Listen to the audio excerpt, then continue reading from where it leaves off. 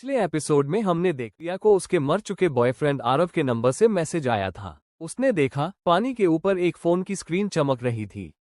उस रात से सब कुछ बदल गया। अब आगे। अगली सुबह रिया ने सोचा सब एक ख्वाब था, लेकिन तब से कोई उसे रोज परेशान कर रहा था। सुबह कोचिंग में, दोपहर लाइब्रेरी में, रात हॉस्टल के बाहर, एक ही चीज कॉमन थी, वो मैसेज, तुम मुझसे भाग नहीं सकती। एक दिन रिया और निशा कैफे गए थे। शाम ढल रही थी। कैफे में हल्की रोशनी थी। निशा और रिया कॉफी के साथ बातें कर रही थी। तभी रिया का फोन वाइब्रेट हुआ। रिया ने स्क्रीन देखी। उसी सेम नंबर से मैसेज आया था, लेकिन जब उसने मैसेज खोला और कुछ पल के लिए सब थम गए। मैसेज में उनकी उसी वक्त कैफे में ली गई फोटो थी। निशा ने जब रिया को घबराई हुई देखा तो उसने धीरे से पूछा, रिया, क्या हुआ? इतनी घबराई क्यों लग रही हो? किसका मैसेज था? रिया ने घबराते हुए जवाब दिया, उसी का, ये देख, उसने हमारी फोटो भेजी है। निशा ने इधर उधर देखा और फिर कहा, यार, यह तो हमारी अभी की फोटो है। इसका मतलब वो यहाँ भी आ गया। क्या चाहता है वो तुमसे? रिया ने कहा। मुझे नहीं पता निशा, मुझे बस घर जाना है। निशा ने कहा। ठीक है, चलते हैं। रिया और निशा घर वापस जाती हैं और तभी कोई उन्हें पीछे से देख रहा होता है। एक दिन शाम के वक्त जब रिया लाइब्रेरी में पढ़ रही थी, उसे पता नहीं चला कब लाइब्रेरी खाली हो गई थी। तभी अचानक रिया को लगा कोई उसके पास से गुजरा। एक हल्की सी हवा और एक परछाई। उसने रिया के कान में फुसफुसाया, तुमने कहा था ब्रेक चाहिए, याद है? रिया हैरानी से। आरव, फोन बजता है। अब मैं देखता हूँ तुम क्या करोगी। उसने पलट कर देखा, कोई नहीं था। फिर वो लाइब्रेरी के बाहर निकली तो देखा दूर एक आदमी ब्लैक हुडी में था और वो उसे ही देख रहा था, जिसे देखते ही वो घबरा गई और हॉस्टल की तरफ भागी। रात का सन्नाटा उसके बूट्स की आवाज से टूट रहा था। हर मोड़ पर वो काली शैडो, एकदम कांस्टेंट। सांस फूल रही थी, लेकिन रुकना मौत थी। रिया रोते हुए, प्लीज मुझे अकेला छोड़ दो। ब्लैक हुडी वाला आदमी बोलता है, मैं तुम्हारा साया हूँ रिया, और साया पीछा नहीं छोड़ता। ये सुनते ही रिया जमीन पर गिरी। उससे पहले कि वो उठ पाती, ब्लैक हुडी वाला आदमी उसके ठीक पीछे आकर झुक गया, और जैसे ही वो रिया की तरफ हाथ बढ़ाता है, रिया जमीन से एक पत्थर उठाती है और उसके हाथ पर मारती है। रिया पर चिल्लाया और तभी रिया ने उसका चेहरा पहली बार देखा और वो चौंक गई। तुम जिंदा हो? इतने दिनों से तुम मुझे परेशान कर रहे थे।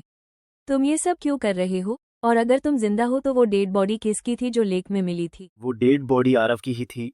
तुमने ही तो उसे मारा था। रिया चिल्लाते हुए, मैंने उसे नहीं मारा, और अगर वो डेड बॉडी आरव की थी तो तुम कौन हो? क्या तुम मुझे पागल समझते हो? ब्लैक हुडी वाले आदमी ने कहा, मैं उसका जुड़वा भाई अरमान हूँ। जुड़वा भाई? मुझे तो आरव ने कभी बताया ही नहीं। क्यों बताता? उसने पहली बार जिंदगी में किसी से सच्चा प्यार किया था, और वो तुम थी। पर तुम्हारा ध्यान हमेशा पढ़ाई, करियर, फ्यूचर पर था। मुझे उसने सब कुछ बताया है। रिया ने रोते हुए कहा, मैं आरव से प्यार करती थी अरमान। मैं बस थोड़ा वक्त चाहती थी। मैं सोच रही थी कि जब मेरा कॉलेज खत्म हो जाए तब मैं मम्मी पापा से बात करूंगी आरव के बारे में। मैं चाहती थी सब कुछ सही तरीके से हो, पर उसने इंतजार नहीं किया और बहुत जल्दी एक भयानक कदम उठा लिया। अरमान की आवाज धीमी पड़ चुकी है।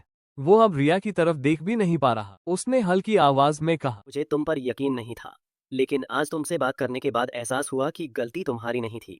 गलती तो उन हालातों की थी जिन्होंने तुम दोनों के बीच गलतफहमी पैदा कर दी थी। आरव की मौत ने मुझसे मेरा भाई छीन लिया, और मेरे गुस्से ने मुझसे मेरी इंसानियत। मैं नहीं जानता कि सच क्या था, पर इतना समझ गया हूँ। आरव तुमसे प्यार करता था, और अब अगर मैं तुमसे नफरत करता रहूं तो शायद उसे कभी सुकून नहीं मिलेगा। रिया ने हैरानी से पूछा, मतलब तुम मुझे माफ कर रहे हो? माफी नहीं, शायद अब समझ आ गया है कि किसी को दोष देना सबसे आसान होता है, और सच्चाई का सामना करना सबसे मुश्किल। अगर तुम चाहो तो हम फिर से शुरू कर सकते हैं, दो दोस्तों की तरह। रिया हाथ बढ़ाती है। क्यों नहीं? अच्छा अरमान, बहुत रात हो गई है, मैं अब हॉस्टल जाती हूँ, वरना गेट बंद हो जाएगा। अरमान ने कहा। तो मैं तुम्हें छोड़ देता हूँ, रात ज्यादा हो गई है। रिया ने कहा, नहीं अरमान, मेरा हॉस्टल यहाँ से 2 मिनट की दूरी पर है, मैं चली जाऊंगी। ठीक है, फिर गुड नाइट रिया, ध्यान से जाना।